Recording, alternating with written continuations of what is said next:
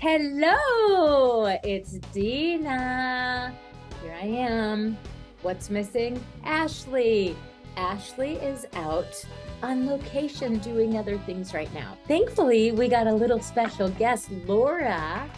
She's going to step in for Ashley. And today we are going to talk about our insecurities and what we tell ourselves, what we tell other people, the narratives in our head. So excited. Let's do this.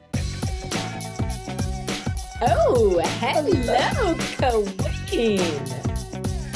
So nice. I was telling everyone before you came in that today we are going to talk about insecurities. Yes.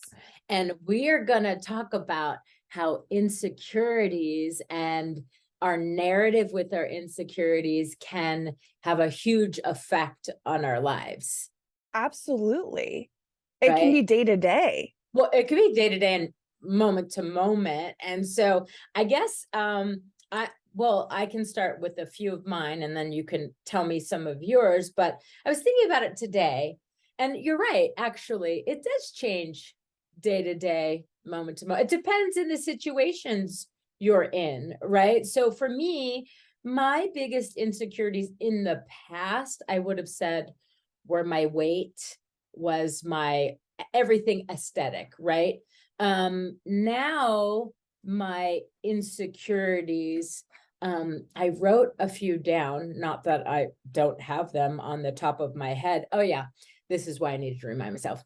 I'm insecure about my pain and my health issues. I don't enjoy talking about them to people. And maybe it's not completely because of my ex-husband, but before we separated, he said he was tired of dealing with me and my medical issues. And so what that did for me was go, oh shit, I didn't realize this was a thing, for people. And I'm not one who sits there and goes, oh my God, I'm in so much pain, like all day long. That's just not who I am. But I come with a lot, and I don't make it other people's responsibility, but I could see how me going to the doctors 1 or 2 times a week, sometimes 3 times in a week, depending, getting tests all the time, could be, a lot for somebody else. But it's not like I had him coming to the doctors with me and sitting with me at appointments. So that is a new insecurity for me that I had never had before. Yeah, it's amazing what other people can give you an insecurity about. Yes. I've actually, on my TikToks, deleted or blocked the word look like, because they're new insecurities of people saying, oh, you look like so-and-so actress. I don't want to know. Unless it's Bella Hadid, I do not want to know. True that. Like, so for me, it's like other people can give you these insecurities that you never even thought of. And it's, at what point is it, okay. I heard this great saying of make your body like Velcro. You wear a Velcro suit and you let what sticks to you as only positive and negative just not, it doesn't have the Velcro. It doesn't stick to your body. And I think that is a great way to go, okay, these things aren't important. These new insecurities aren't important. These old insecurities aren't important. And these comments that people have on social media, all this stuff, it's just noise and it needs to be blocked out. Totally. Well, and I'll say this, there are things, I kid you not, and this probably has to do with my newfound, autism. And then I've always kind of known I've had ADHD, but I can remember times, like I was a friend of mine when I was younger. I remember being at their house and we were going to a play, and I remember the mom whispering, "What is she wearing?" And I will never forget that. It still chokes me up. It's the craziest fucking thing. And I was like 28 years old, right? And you're just like, I will never forget that ever. It just sticks to me as hard as I tried, but no Velcro like that. As much therapy as I had, I don't know, but there are moments, in my life where for some reason, I don't know why, everyone always thought my weight and my looks were a topic of conversation. Well, also as a woman, it's you just being a presence on this earth as a woman. For some reason, we're welcomed into this criticism, this people think it's available to say those types of words to us. We would never go up to a man and be like, you know what, your complexion's a little pink or a little tan. We have to fix that. Could you imagine? No, or could you imagine you've got a few broken capillaries here and your head's a little shiny. Like that would not go over well. It would not go over well. And I was thinking about it too. And you know, you know how we know what women's body types are, like the pear, the apple, the Coke bottle, the hourglass, all of that. Like we don't have those for men names for men. We even have our head shapes. That's disgusting. We have the heart, we have the triangle, we have the oval, we have the circle. We have all of these things. There aren't these problems created for men. Isn't it interesting that women though will do this to other women?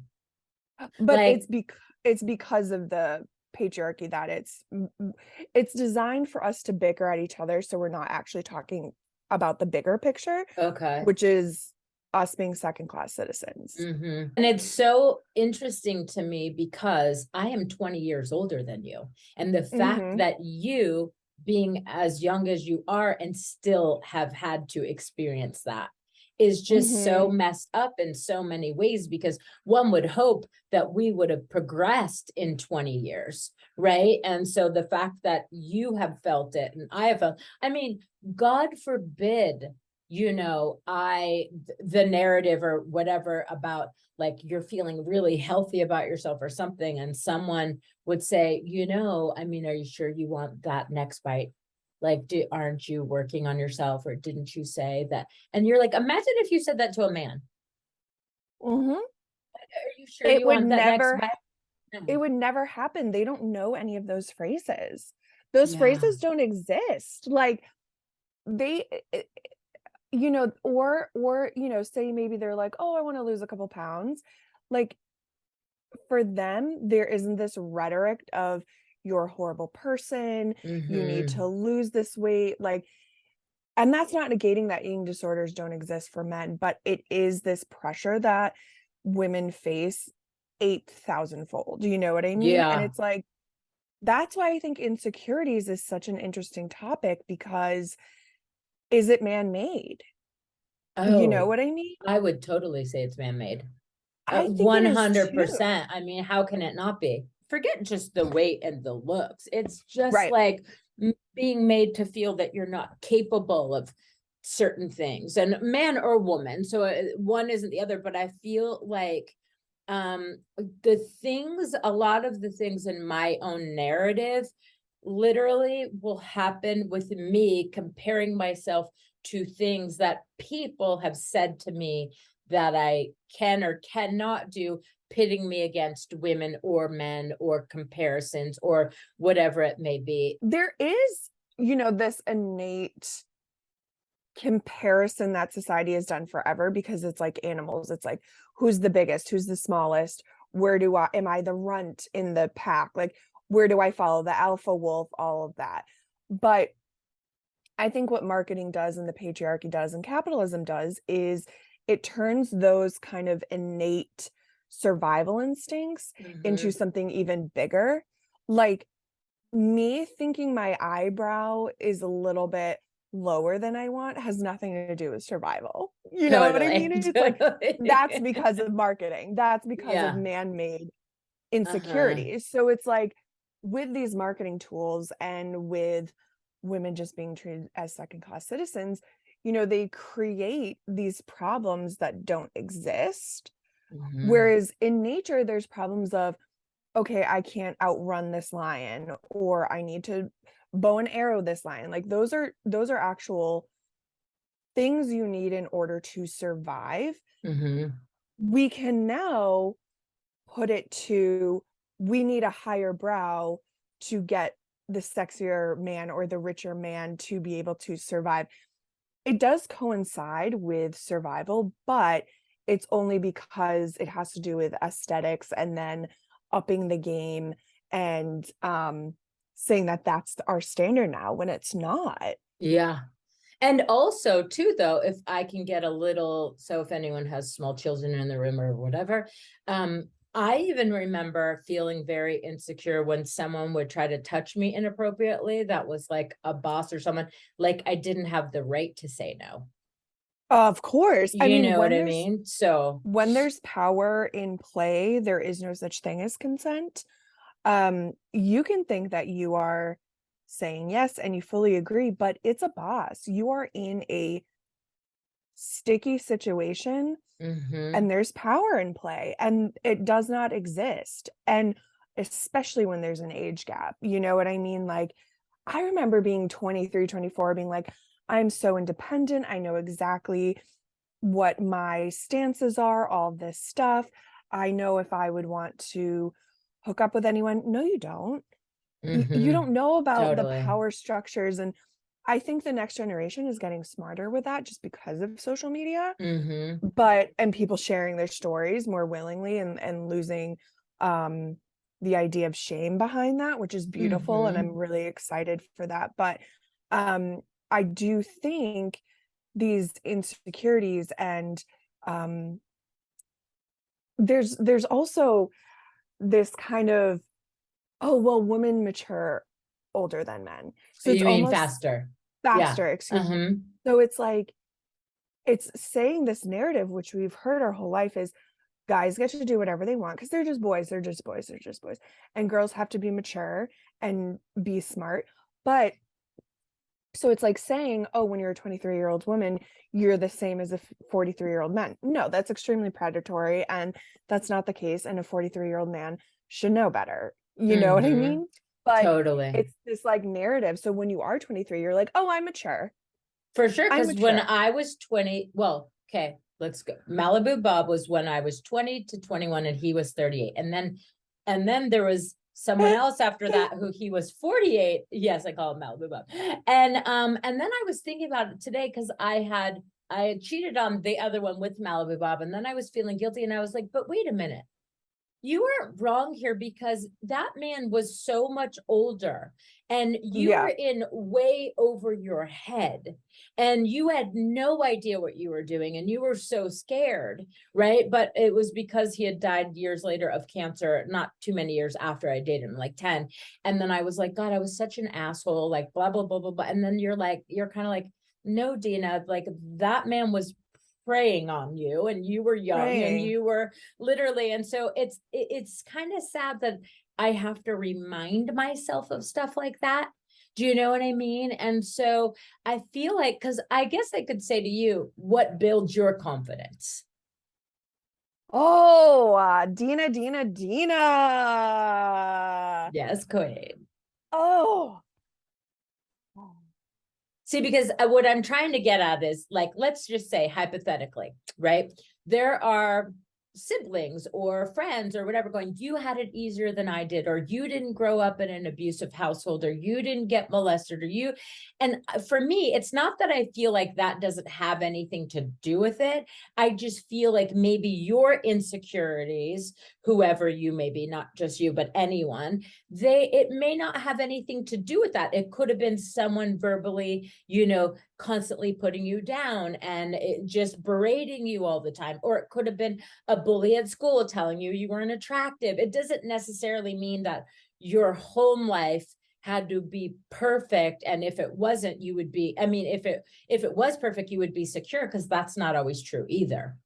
No, So absolutely not. again, so I guess I'm going to ask you, like, what builds your confidence? Oh, that's so tough because I think that's really what I'm I'm working on, actually, if I we're must be being very psychic. honest. Yoo-hoo! She sees it and hears it. It's like, that's what I'm working on the most is my mind, the negative talk is so high. And it's so powerful that is what I'm working on. Because what does make me confident is that the fact that I don't have a right out of the gate answer is wild. And it goes to show you, like, I don't know. I think, as you were saying earlier, your insecurities have changed over time, where it was just looks and now it's something different.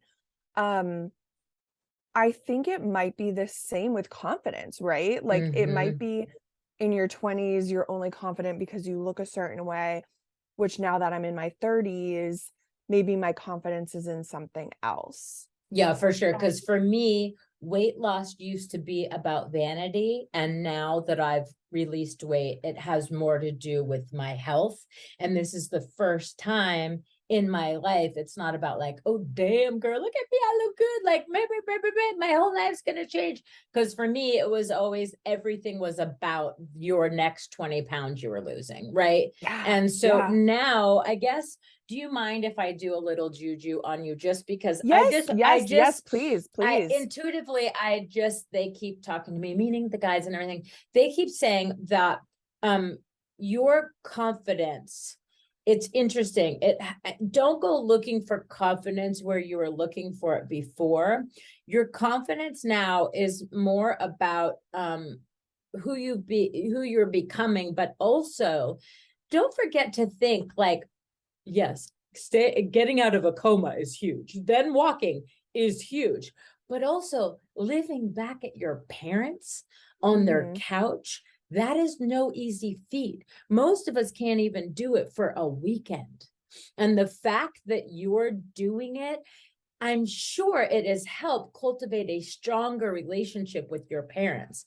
I'm sure it has helped you like start figuring out what it is you don't want and then what you do want. And I'm sure all of these things are coming. So be gentle on yourself. But I also say to you is confidence is going to go for you about everything that you accomplish for yourself. It's going to be little by little. And then one day it's just going to be there and big. So it's like every time you say yes to something new that you haven't been able to do before, you know what I mean? And that you're able to put yourself out there, like we're doing the podcast and all of that.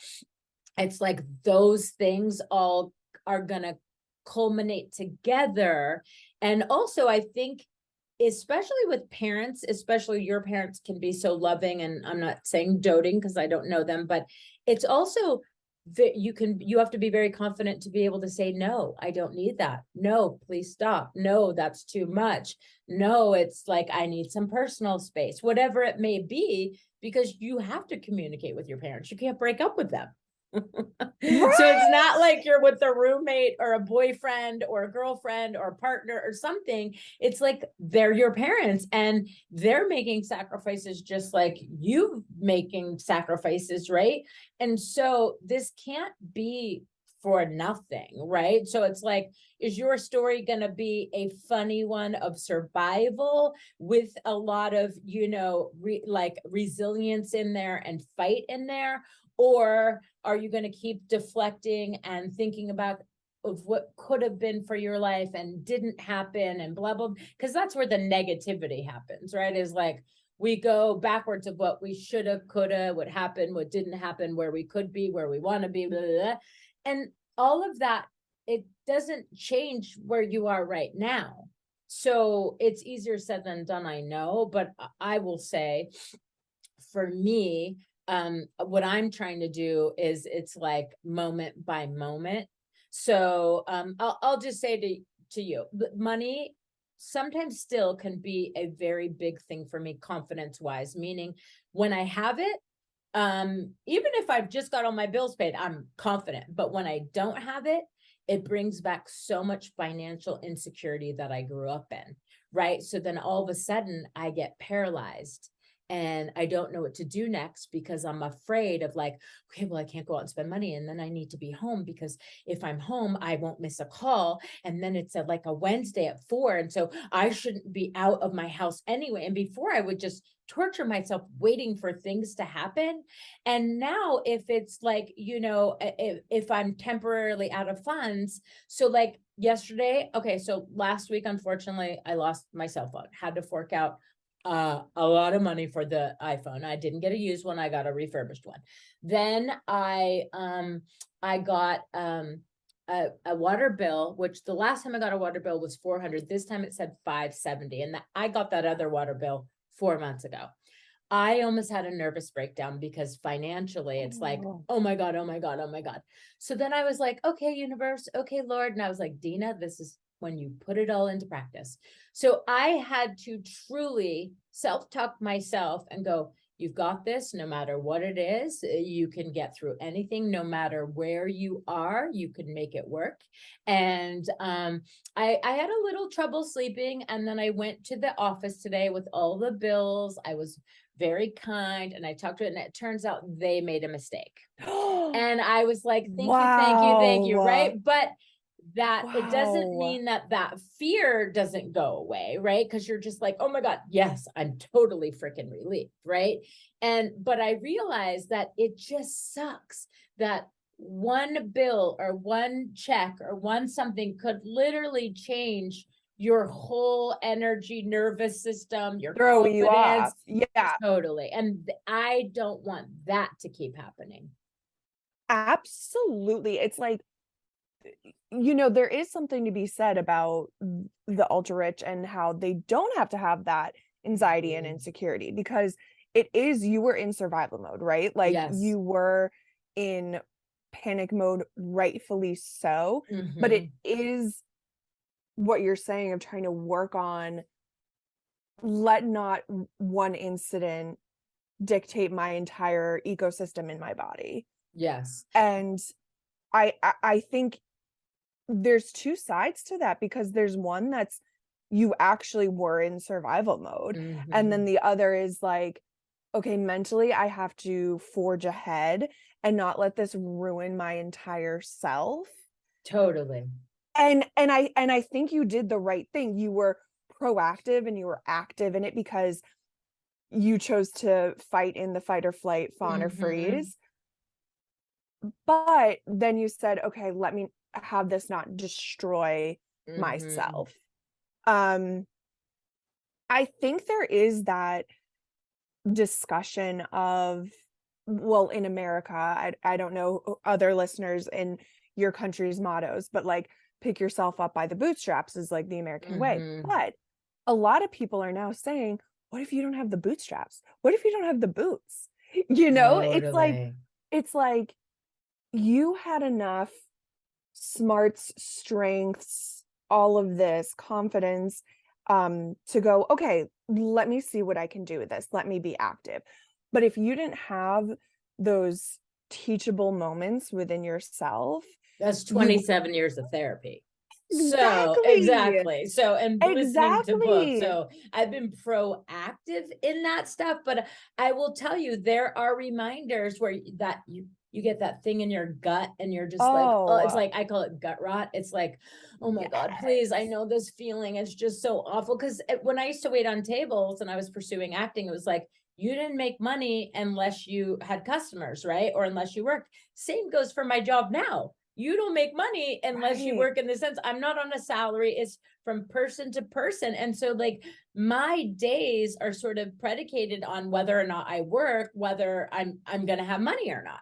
And you don't know until mailers are coming in, until emails are coming in. So I've learned to sort of, kind of navigate through that. But sometimes when it gets super low, I don't know if you do this, but it's like, fuck, I shouldn't have bought that extra shirt, or I shouldn't have like went to the extra dinner. And then you wind up gaslighting yourself Yes. And then you turn whatever confidence, little confidence you had, to a complete puddle on the floor. And then now you're completely panicked. In your mind, you become homeless. In your mind, you become, you're not going to have groceries.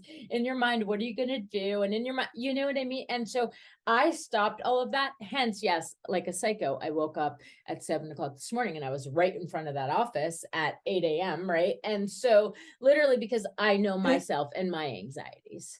And so I wouldn't wait until 11 or like whatever. I'm just going to go and do You what wanted I to get it can. done. Yeah, you wanted to Yes. get it out of your mind. But like you said, that's something you've been working on, because the paralysis analysis I've had for so long, and it takes a while. If you do know what that state is like, if you don't, Can you then explain paralysis yes. analysis? So paralysis analysis is basically, it happens to a lot of people who are neurodivergent. And same, I mean, my ADD is, Yeah. and it, also people with anxiety and depression, but it can be with anyone where you get stuck with an overwhelming feeling of what do I do? Sometimes it can be because there are so many options that you don't know where to start. You don't know how to chip away at this huge Mount Everest. So you go, I'm just not even going to start because I'm so overwhelmed. I don't know where to go. For an example of paralysis analysis, I wanted to get into comedy my entire life, but I was so scared, fear, paralysis analysis of, I don't know where to begin. I'm not a nepotism baby. I'm not Julia Roberts' niece. Yes. Like, what do I do in order just to get on stage? And it was the thing that a lot of people don't want to do, is the slow, steady patience, hard work, keep going. There's no quick, easy fix, unfortunately. We all want that. But I'm so glad you said that. yeah, Most because people don't want to do the work and they want the instant they don't. gratification. They do. And I think that's why shopping is a great instant satisfaction. A lot of like beauty things, getting your hair done. I think that's why a lot of people will like chop their hair off or color their hair off, because it's kind of this instant new feeling, Well, new and look. neurodivergent people, we're looking for an instant shot of dopamine. So like for Yes. us, the quickest way to get dopamine would be like shopping, buy, in cart, Yes. buy next. Oh, it feels Ooh, so color it. good. Oh my God, amazing. This Until the the next day, and then you see your credit card bill. And you're like, I don't want that. And sometimes it comes and you're like, I don't even care. It's so It bad. just depends what it, for sure. So I want to ask you about the acting thing, because I remember for me and the comedy thing, when I was young, I will never forget this. I was in second grade. I was standing in the doorway and my mom, wasn't the most positive person. And she said, what do you want to do when you get older? And I said, I want to be an actress. And she legit said, well, you better fucking think of a backup career. And literally, I will never forget that, because I was just so young and it had such a negative thing, and there was not Yeah. a bit of support in it. And then when I would wait on tables, people would literally say stuff of, let me just guess, you want to be an actress? And it was It's so just so rude condescending. all the time, right? And you're like, well, do you have the guts to leave your corporate job to try to, audition every day and go after your dreams? Like, it just would bother me so much that I didn't want to tell people that's what I did. And then I remember, like, the older I kept getting and I was still waiting on tables. I waited on tables till I was 41. Yeah. And the insecurity in that, in and of itself, of being 41, still trying, well, when are you going to give it up? Well, when are you going to think of a backup career? Well, what are you going to do if it doesn't happen? And it's just like, none of that is helpful, people. None of it. It's zero advice. It's zero helpful. It's zero, like, I usually start to think of them as civilians, and they have, I start to kind of put them in a category of whatever they say is not important to where I want to go. Because one of the best things I've ever heard is don't take advice from anyone that you wouldn't want their life. Ooh. And it's basically like all those people that were probably saying those things, which they say that, you know, like everyone says that to me. It's like, comedy is the hardest thing to get, and acting is the hardest thing to get into. What are you doing? Blah, blah, blah. And it's like, but do you want their life? 9 times out of 10, it's no. It's like, I don't want to sacrifice myself in order for someone else to feel comfortable that I am not a waitress or something like that. For You know sure. what I mean? Yeah. And My friend's dad said, if everyone were to stand in a circle and give their problems in the middle of the circle, everyone would take their own problems back. And it's so true. yes, exactly. And you know, there is I forgot what book it was I read years ago, and it really impacted me because it said there'll be these friends from childhood, and then they slowly grow apart because one chooses their passion, saying being an artist, but doesn't make a lot of money, and then the other one chooses corporate and makes a lot of money. And each of them resent each other in different ways. The artist resents the corporate for having money, the corporate resents the artist for following their passion. And having And sometimes freedom. and having freedom, and sometimes it's hard to not see your own insecurities onto that person and not kind of project. I think that's really hard to do. We all do it, but I always think like I'm now at the point of my life where if the advice isn't towards what I want, I'm not gonna take it. And don't even ask for it. I mean, in general, like No. I'm not open for not you, just in general, sometimes I don't ever position myself in a space where I'm open to receiving other people's opinions on what I should do or shouldn't be doing, or, you know, because that is what tore me down, because I did care so much about what people would think all the time. And my happiness actually did depend on whether or not I got a good feedback from a audition, or if I got good feedback from, you know, waiting on tables. It all depended on everyone's feedback except my own. That's the really tough thing. I don't know if you've discussed this or not, but auditioning is a psychological warfare. Oh, for Um, sure. because it's a job interview, but the other person isn't talking and just staring at you and writing things down. So it's not even like a conversation with someone that you're trying to get a job from. It is literally 4 to 10 people staring at you. You perform like a clown and then you leave. And it is, I mean, I auditioned one time, and it's obviously really alarming and terrifying when everyone looks like you, but they're like hotter than you. And you're like, well, they're going to get the role. Like, but I one time I auditioned with a man, and you had to talk into the camera and you said, hi, my name is Laura Lyons. I'm represented by XYZ, whatever. And with the man, the camera just stayed there. But with me, the camera looked at me and then panned down to my whole body. Shut up right now. What is wrong with you people? You shut up right now. And I was not expecting that. And I almost jokingly wanted to be like, hey buddy, my eyes are up here, like talking to the camera. But it just, auditioning is horrible. And this wasn't even, I mean, no, it's horrible. It's horrible. you know, you hear horror stories of like women working at Hooters, it's like very body focused and stuff like this, but like this commercial was for car insurance, you know what I mean? And it's like, and it's only for the woman. The guy, it was just straight on the camera, didn't move, didn't pan down, nothing. So auditioning it really is a mind fuck for your insecurities and your confidence. Just even in commercial auditioning, I used to be told that no one would represent me commercially because they couldn't tell what ethnicity I was in 30 seconds or not. And I was like, so is that a bad thing or good? Am I exotic? No, that was not a good thing. And literally, I was also told the things that have been said to me. I would never be a leading lady. I'm always going to be that because I was heavier. And actually, no, I wasn't heavier.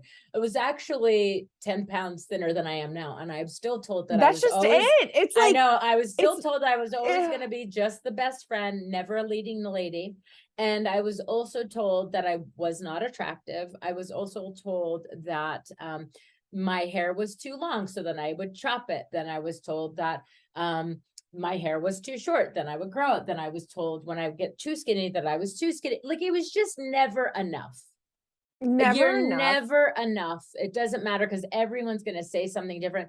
I'll tell you, when I gave up acting, I can tell you that I would wake up with a relief, only because those conversations of like, so have you been going out on auditions? Well, what would I have seen you in?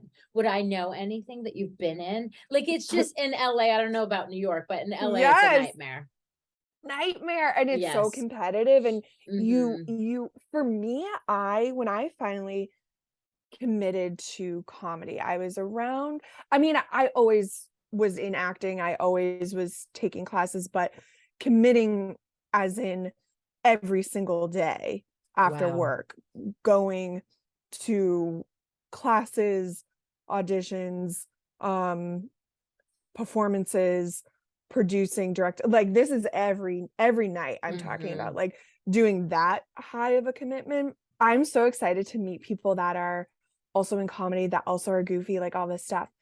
But there was a weird twist that some of them were really opportunistic, and they only saw you as someone to either get on your show or someone to ask what your connections are and stuff like that. And that was something I wasn't prepared for, because I was so excited to be around these people that were night owls and wanted to like goof around and be on stage and were hams, you know? And then I saw this kind of really dark side, and it wasn't like, oh, these people are just hardworking. There were people that would cut people down and, you know, not tell them about auditions, and they would get all the auditions, like just really conniving stuff that I did not like, because I'm the complete opposite of that. And I'm like, oh, there's an audition, you should come, or whatever.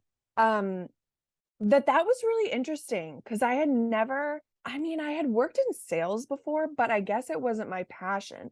So it wasn't like, I don't care if you're opportunistic, because go right ahead, be, you know, like be my guest. But when it's something that you love and you're so passionate about, to meet these shadow people, it's a little alarming. Yeah. And so what did your parents teach you about confidence growing up? They were always really kind with their compliments of like, you're really smart, you're beautiful. But it's interesting because I just saw my cousin speaking with her son, who's 2, and she was doing affirmations with him, and it was so cute.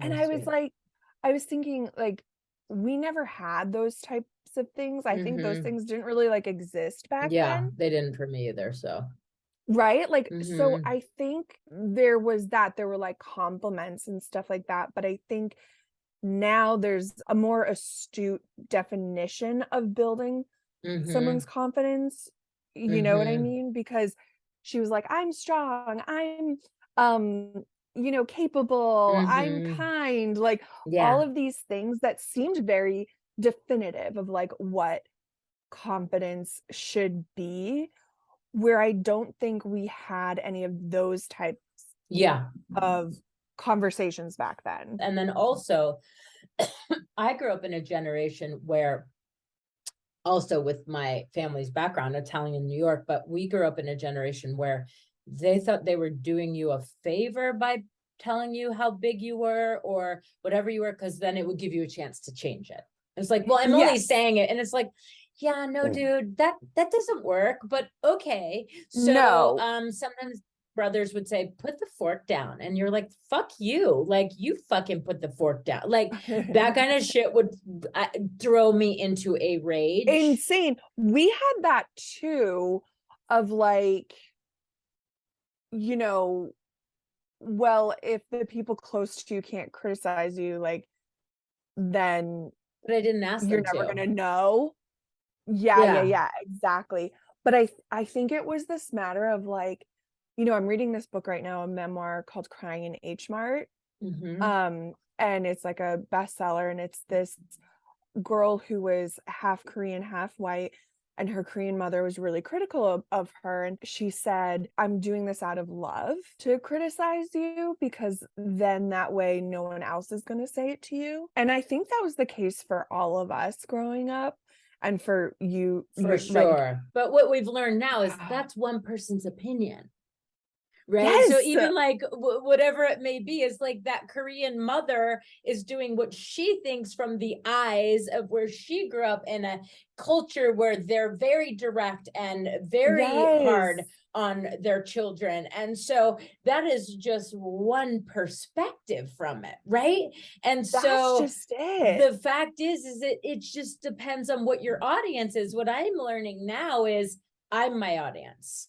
So I get to decide. And so I have a friend who will like to bring up my ex or situation, and she will like to say not so great things. And I'm like, no, that's not up for about my ex. And whether I like him or not, it's just not up for discussion, because it's not something I want to bring in my life, the conversations, because I wouldn't want someone talking about me like that. She wasn't in my relationship. She doesn't know all of it. She just knows my perspective of it. And I think she's doing it to try to sometimes make me feel better by pointing those Yeah. things out. But I don't need to feel better for that. I would rather just not talk about it. And it's not dealing with it. It's more so, I heard a quote today. I think it would be very funny one day to have a conversation just using quotes back at each other, because I I hear know, because amazing, we love, but because totally. I know, I mean, because it's so helpful, It's so helpful. I heard a like, quote today that said, I've learned to take things so less personal now that I know that everything is everyone else's projection. mhm. And then I was like, motherfucker, isn't that Wow. true?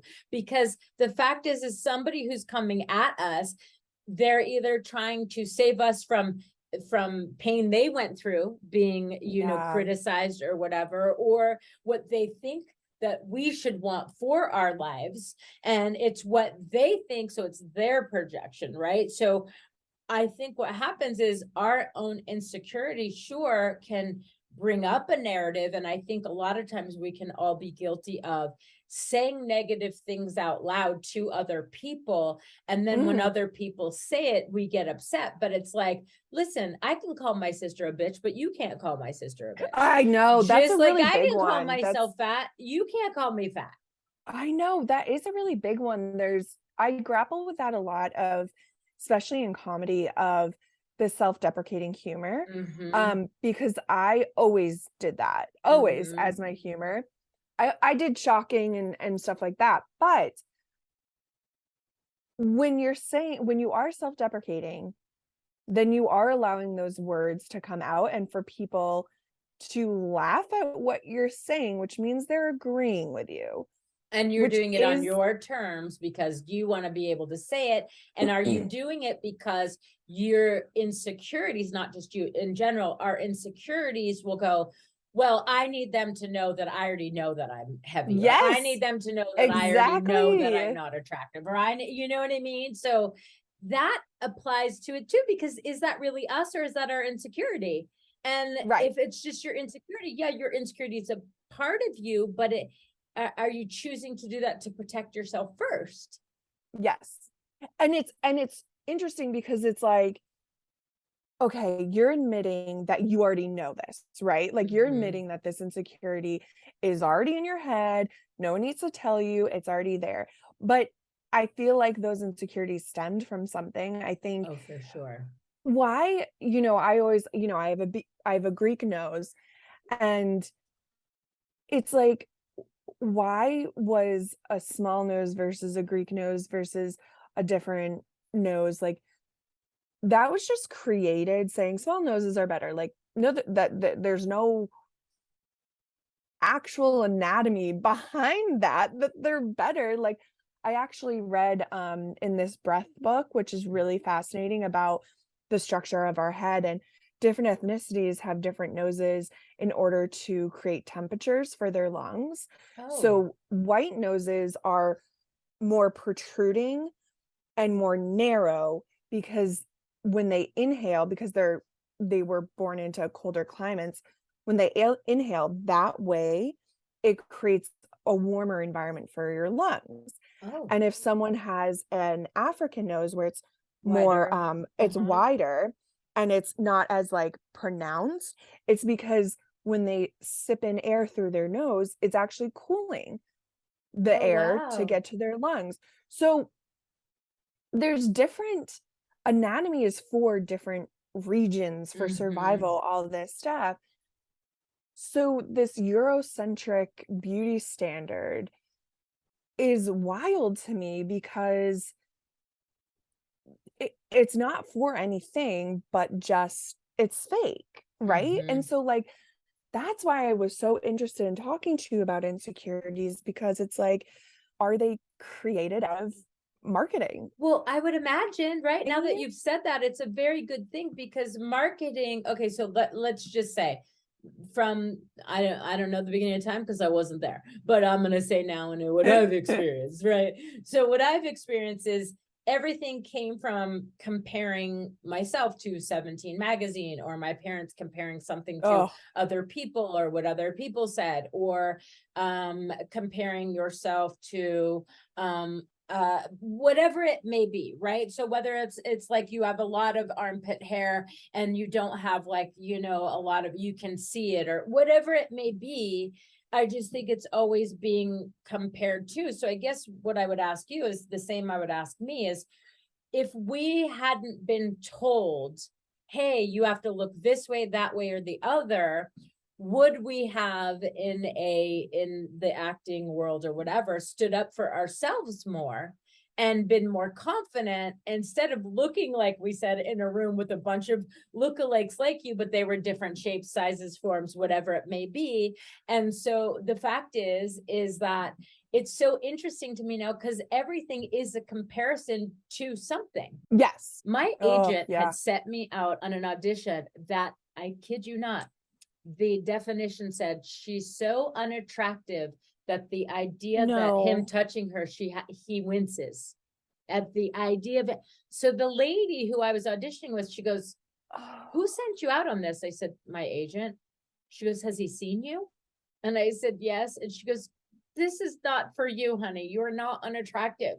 Like you are not that, right?" And I was just like, and if she hadn't have said that, I probably would have ran with that narrative because I was so shocked that that is how he saw me and that is how it described me. But I can understand where people who didn't get into therapy as soon as I did, or maybe had, you know, different experiences or whatever, they may have not survived as long as I have. And a lot of people take they that would have shit. crumbled. Yes, But rightfully so. You know what of I mean? It's like course. crumbled is a wrong word because it's like we shouldn't be having to have thick skin. That's the Mhm. thing. It's like, you know, these parents are like, "Oh, I'm going to say these things so that you build thick skin when the world says these things to you." And it's like, why should the world say these things to us? Well, Like all of us should have the thinnest skin, like possible. We right, should but have paper. why should I have thick skin from my parents saying it to me? My parents should back me up when someone else says it to me and can help me grow thick skin. But I don't want my first, well, actually, all of my first insults were from my parents. So the fact Right. is, or siblings or whatever. I mean, listen, I remember being in the car in sixth grade on the way to church, and I had weighed, I was 5'6" in sixth grade, and I had weighed 150. And I'm 172 now, so it just goes to show you I'm not heavy by any means, but I was that thin. And yeah, in sixth grade, and in front of all of my siblings, they proceeded to have a conversation on how disappointed they were with my weight.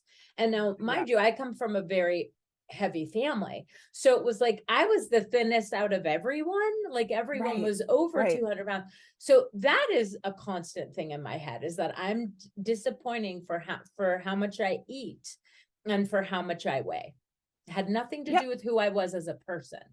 No, there's this new wave, which I really like, and it's very foreign to me, and I would say what we grew up in the 90s with, is compliments shouldn't be about your looks, and Mm-hmm. they should never be addressed to your weight.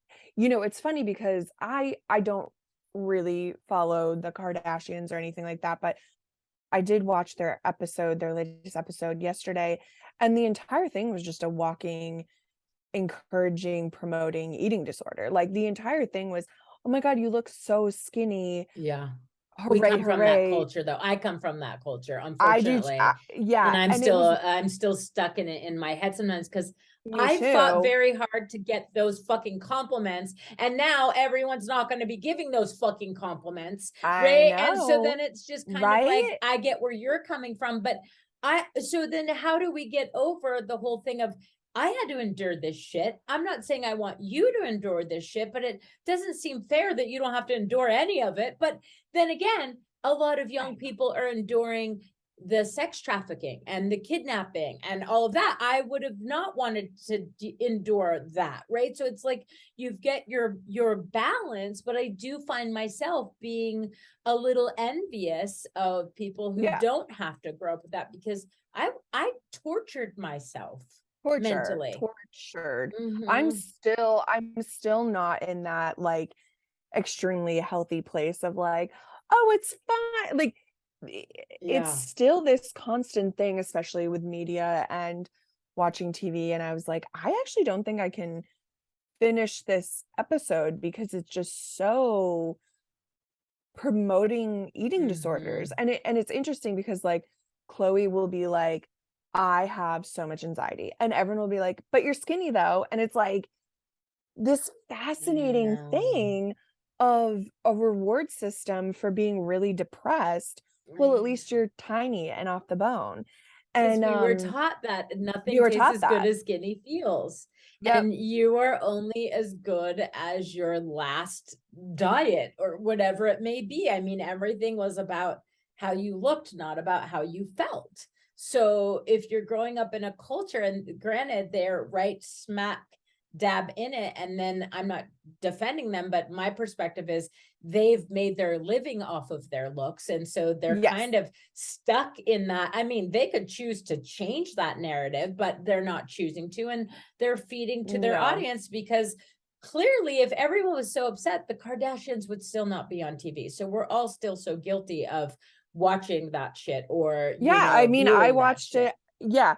My kind of healthy um stance is to block all of these people on, like, TikTok and Instagram, Mm-hmm. because I don't want it. Someone made a really good point of, like, your Instagram feed is what you're ingesting Mm-hmm. digitally. And Mm-hmm. so if you're ingesting all of these really toxic images and people and whatever, like, you are saying that's the standard for yourself.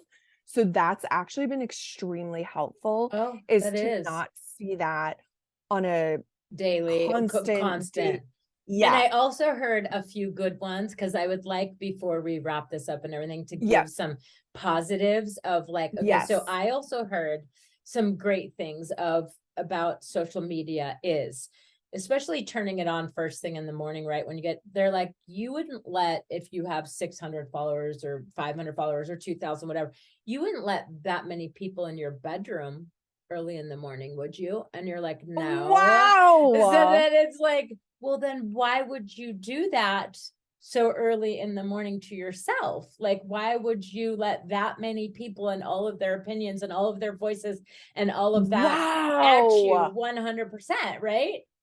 And then in a positive way, I heard someone say once too, when they're like, oh, well, I only have 200 followers, or someone be like, she only has like 200 followers. And it's like, have you ever seen 200 people standing in a circle? That's a lot of people. That's a lot of It's a people. lot. So now I completely look at that differently now. I get so excited. It's not, I refuse to look at numbers, because I don't want myself to lose momentum about how people that I don't know feel about what I'm doing. Yes, I get at the end of the day when you're trying to have a successful podcast and things, numbers do matter. But in the beginning, knowing myself and the way that I handle criticism and things, I think slow and steady wins the race.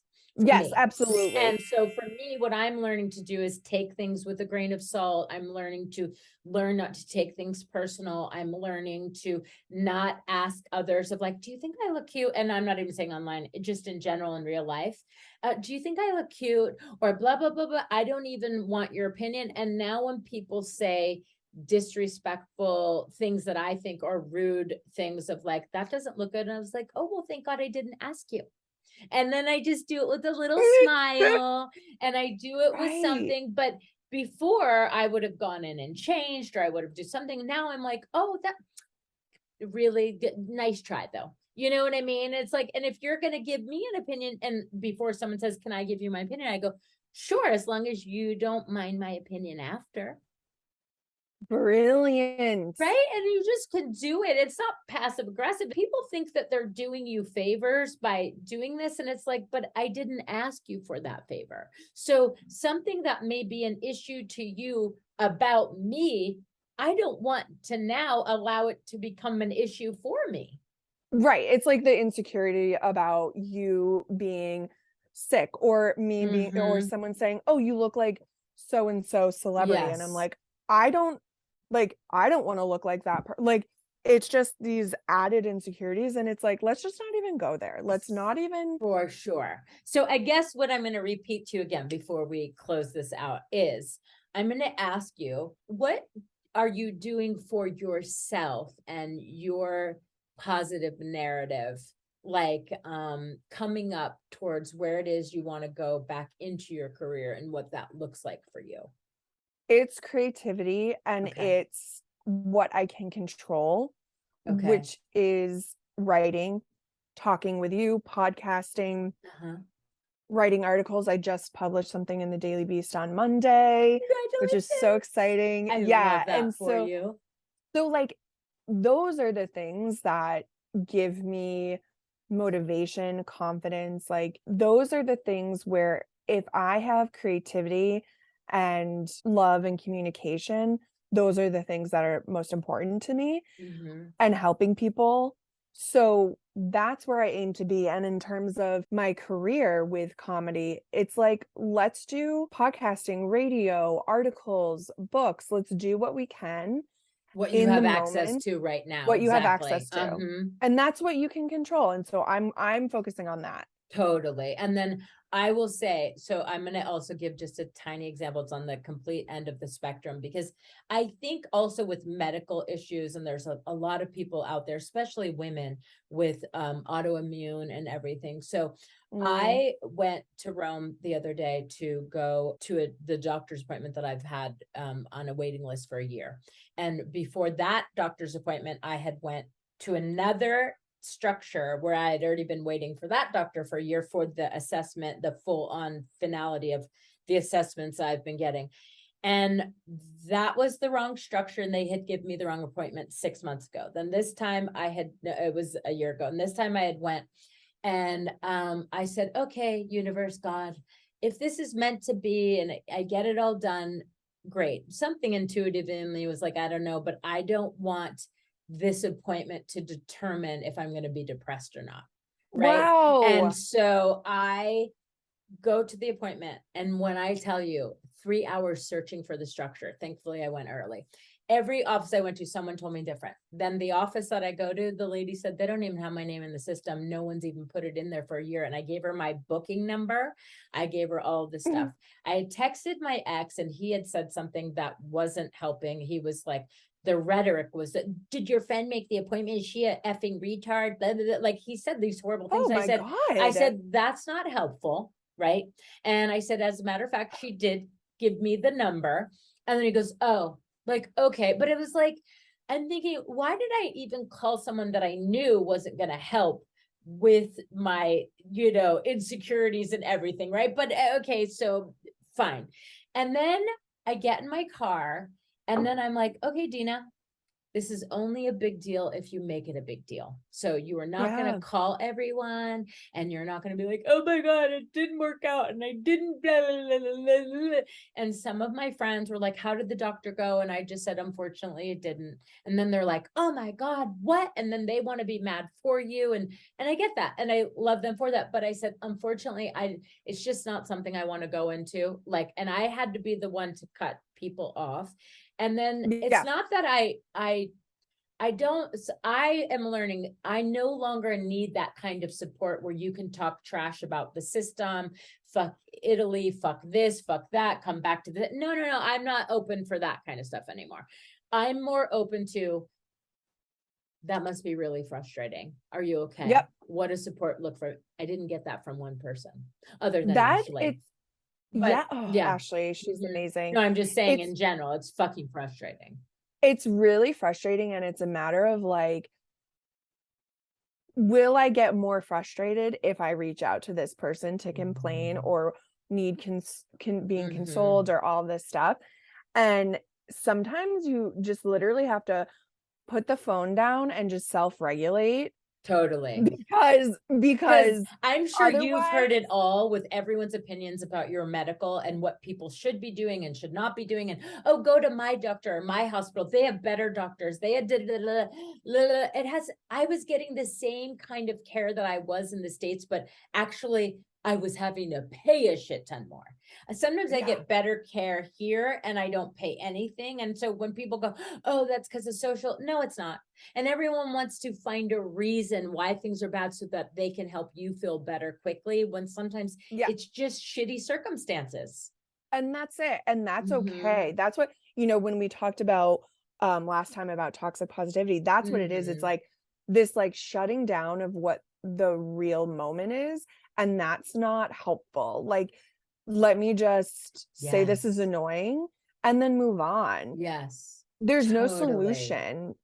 So let's just say, yeah, that sucks. I'm sorry. So is your medical stuff up for discussion with your friends? It's funny because that's what my article was about on Monday. I must be psychic. Yes, really? It was 8 things not to say to someone who has long COVID. Oh, and okay. It's basically like, just think positively, just breathe, manifest into good health. Like, it's all these platitudes that are really hollow. Let me know if there's something I can do. Like,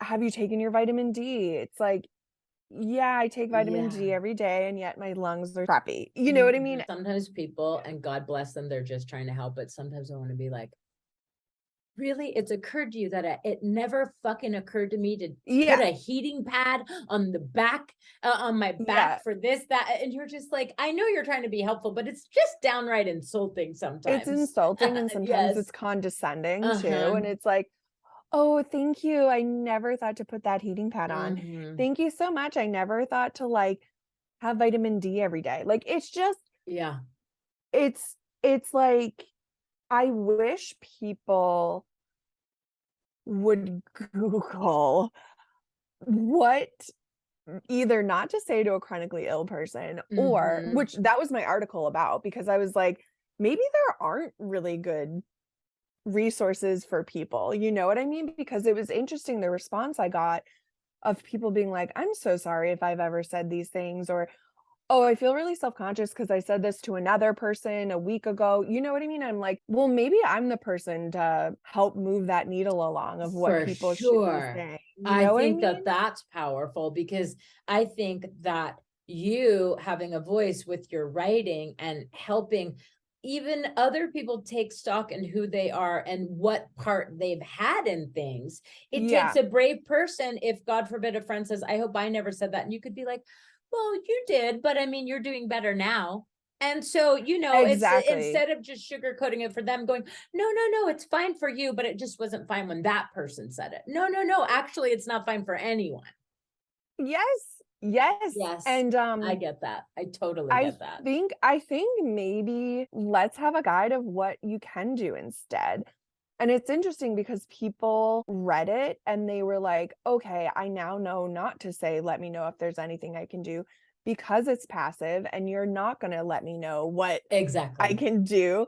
And okay, I'm going to send you a card instead, or I'm going to a great quote, or you know what I Yes. mean? It isn't about like spending money. It's just like, okay, a nice little note or a nice little, Mm-hmm. oh, I read this book today because I care about chronic illness. And so I read this Mm-hmm. book for you and I found this great quote. Like it's just being Amazing. proactive in those ways that I think are really helpful. Yeah, like So Brene Brown says, to say, what does support look like for you right now? And a lot of people, when I say that now, will say, just you saying that is enough. yes, And it's just so important, I think, with you and me both, with all of the stuff that we've been through, is listen, no matter what, at the end of the day, so as we're closing out, I will always be a positive person. So it's same. frustrating to me when people go, well, you don't look sick, well, you're not acting sick, well, you're not da da da, it can't be that bad, because when my friend had that, and it's like, wait, so now I'm not getting sympathy or help because I look too cute or I'm too positive. And it's like, well, Even though I'm if not you weren't positive, they would say be positive. exactly. And then I'm not going to stop being who I'm being, whether or not your help or sympathy is predicated on whether or not how I'm feeling. So then you're not the right support system for me. Yeah, And so what I've learned is that for me, I tend to isolate when I have to get shit done, because there's no one who will work better at something for herself than me, right? I don't wait same. for other people because it's just hard for me to ask. And then if you're disappointed, then you seem ungrateful because you're disappointed because all they were doing is trying to help. And then you get frustrated and you yell, right? And it's just like, so it's not like I'm not going to ask for help. I'm going to, from this point forward, I'm going to be very clear about what is helpful and what isn't. And then I've had to, this last year, I let a lot of relationships go, and they were 30-year relationships, because part of me was like, well, clearly you know nothing about me. If even after 30 years, you don't know A, B, C, and D about who I am as a person. You know what I mean? And so for you, what would your closing thing be about our conversation today and where you're going next? Oh, I think with insecurity versus confidence, Mm-hmm. I think look at your insecurities and see if they are man-made or something to improve on.